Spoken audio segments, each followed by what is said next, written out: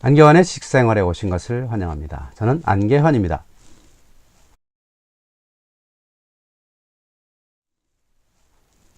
역사보다 재미있고 소설보다 깊이 있는 삼국지 브리핑 제 14번째 시간입니다. 오늘은 삼국지 최고의 전략적 선택은 이것이다 라는 제목으로 이야기를 나눠볼까 합니다.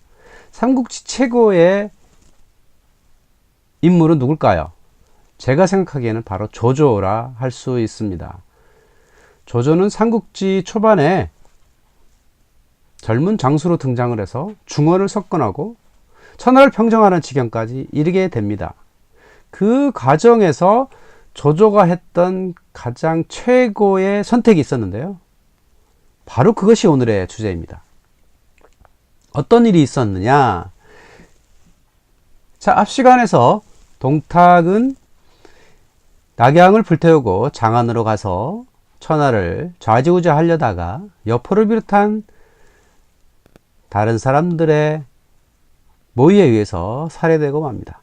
그 사이에 어린 헌제는 쑥대밭이 된 장안을 떠나서 자기 고향 낙양으로 돌아옵니다.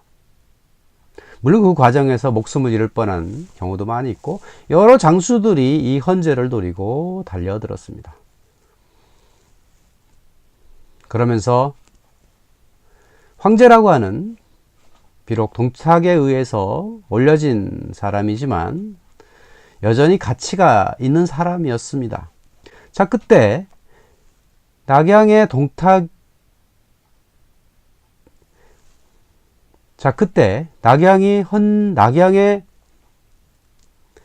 바로 그때 낙양의 헌제가 집도 절도 없이 때로는 끼니를 굶으며 지내고 있을 때 천하의 많은 제후들은 이 헌제를 어떻게 바라볼 것이냐는 생각이 다 달랐습니다.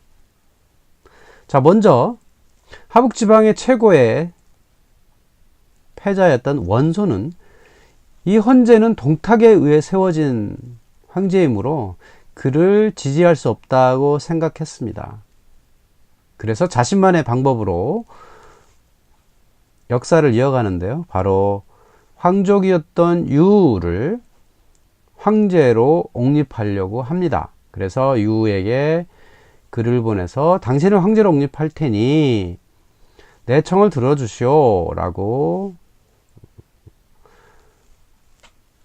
사신을 보내죠. 하지만 유는 그 제안에 거절합니다. 나는 절대 이 나라의 도적이 될 수가 없다. 비록 황제가 어리고 동탁에 의해서 세워졌을지언정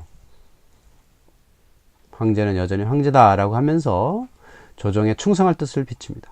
결국은 원소의 의도는 실패로 돌아가죠.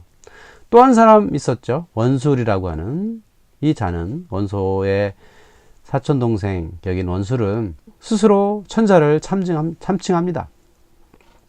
대략 3, 4년간에 걸쳐서 부하들을 설득하고 재물을 모으고 황제 자리에 오르려는 획책을 합니다. 그러나 황제라는 것이 스스로 오른다고 해서 될 일은 아니겠죠. 결국은 온 천하 사람들의 미움을 받고 역사 속으로 사라집니다. 자, 그 중에서 오늘의 주제인 조조는 천하의 가장 중요한 전략적 의사결정을 합니다. 바로 낙양에 있던 헌제를 자기 근거지였던 허창으로 모셔오는 겁니다. 그래서 결국은 허창으로 헌제를 모셔온 이후에 황제를 끼고 천하를 호령하는 입장이 되었던 겁니다. 아마 원소가 헌제를 자신의 근거지였던 업도로 데려가서 아마 마음대로 천하를 좌지우지하였다면 원소에게로 천하가 갔을지도 모릅니다. 어쨌든 조조는 그때까지 세력이 크지 못했는데 헌제를 데려감으로 인해서 천하 군벌들의 가장 중요한 역할을 하게 되었던 겁니다. 자, 그때 헌제가 허창에 있을 때 조정이 만들어졌고 조조는 당시 유비를 사로잡아서 함께하고 있었습니다.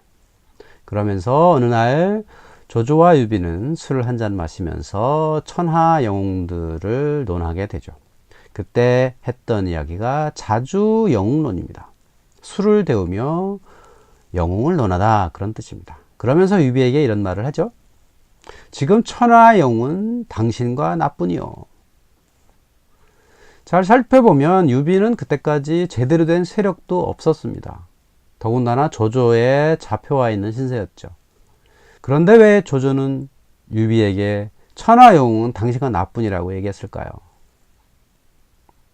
자, 그러면서 천하 영웅들을 한 사람 하나씩 이야기하기 시작합니다.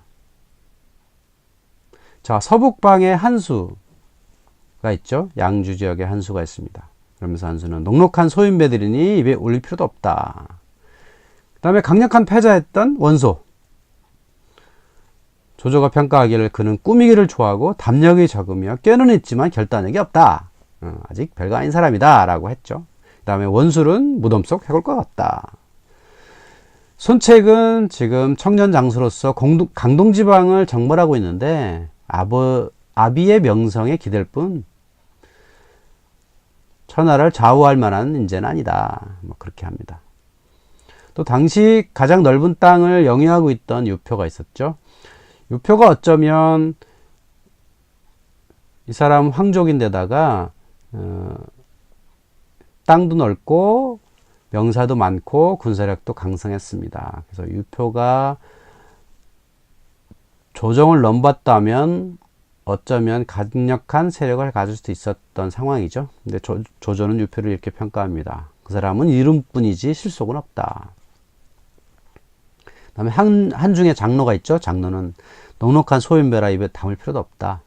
자, 이렇게 천하의 인물들을 잘 평가해 보니까 결국은 유비 당시는 아직까지 큰 세력을 갖지도 못했고 또 비록 내 밑에 와 있지만 영웅으로 칭할 만하다. 당신도 황족이니 천하의 이름이 많이 알려졌고 좀 더 공적을 세운다면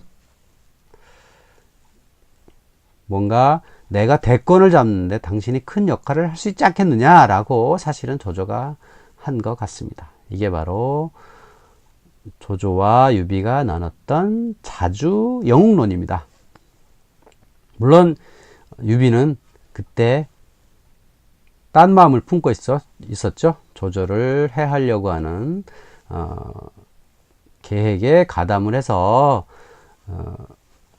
때가 되면 조조를 해치우려는 속셈이 있었죠.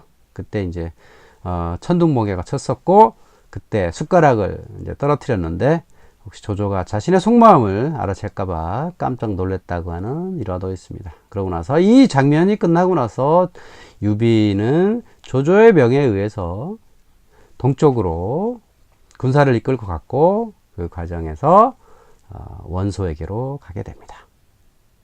오늘은 천하의 가장 유명한 전략적 선택에 대해서 말씀드렸습니다.